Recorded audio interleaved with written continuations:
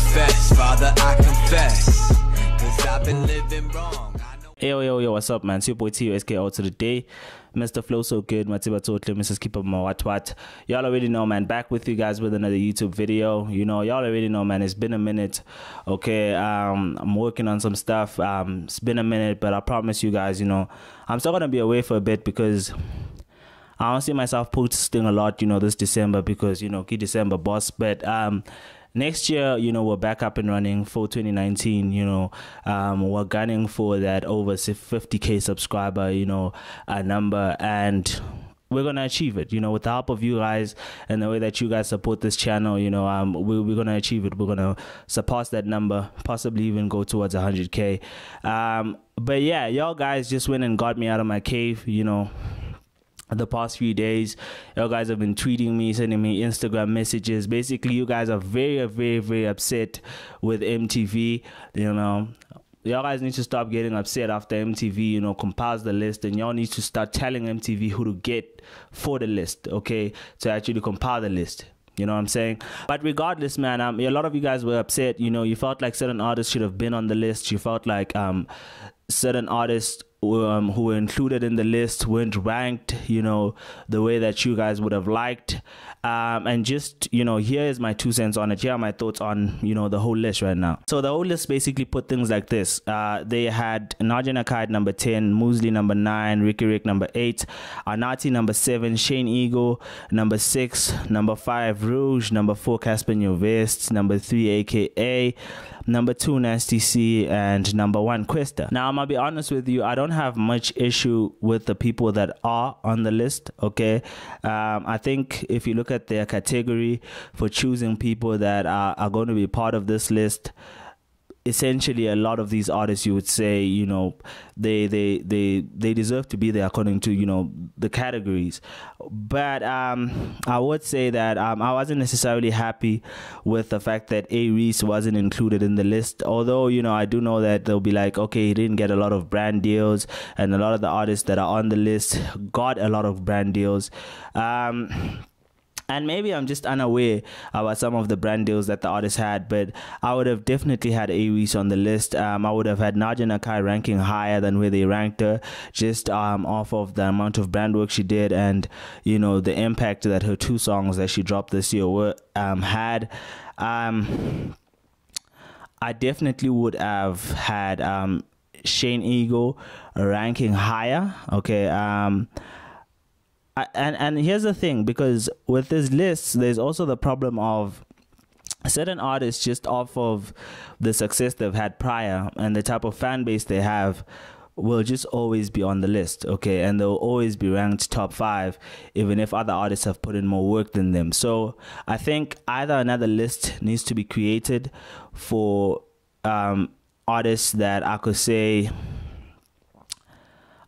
have done a lot more work, or a different category needs to be created for artists like that, because impact is relative, okay? You could have more success than a new coming artist, right, who has just come into the game and, you know, has just started, you know, blowing up in the industry. You could have literally more success than them in a year, but if you look at the impact of what they done from where they were, it's a different conversation. So it becomes a question of, does it make sense for you to make these artists compete in the same category in a place where you know that, for example, if a Casper, for example, gets a deal, it's obviously going to be a bigger deal than what a Rouge would get, for example. But when you start looking at the year and where, for example, Rouge was last year and where she is this year, or where, you know, I don't know, Zuchi was last year and where he is this year, you start then having questions of, shouldn't we rather be ranking, you know, the successes like that? Shouldn't we rather be ranking things like in terms of,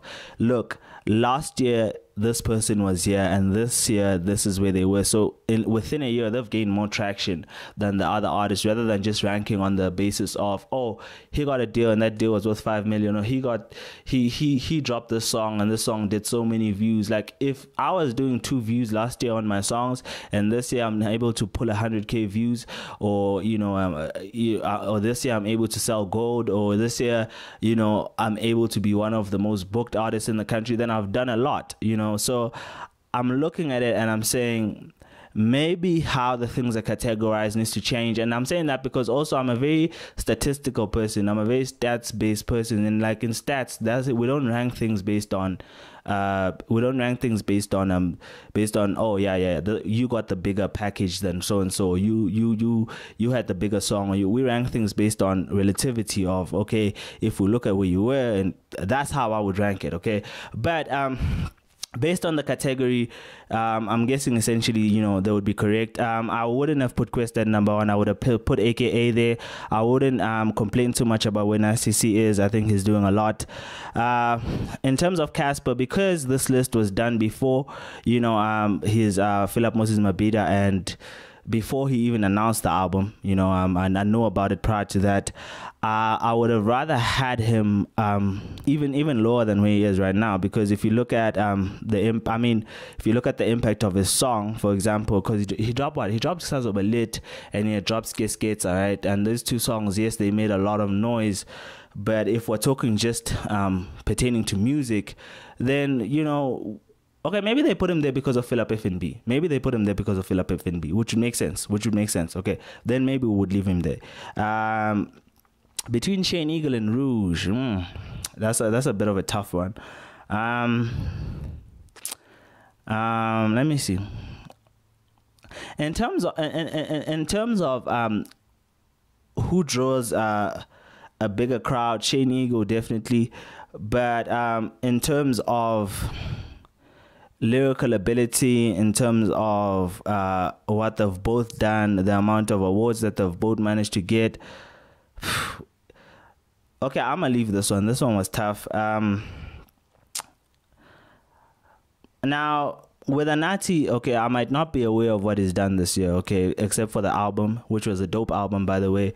But I'm hoping they didn't put him in there just because of the album, because bruh, if you look at Awis's impact just this year alone, like if you look at how, and I know that the Wrecking Crew is made up of a lot of people, but like Awis is basically playing the role of an A&R this year.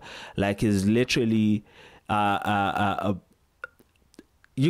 could say the head of a whole movement of artists that are making a lot of headway in the industry.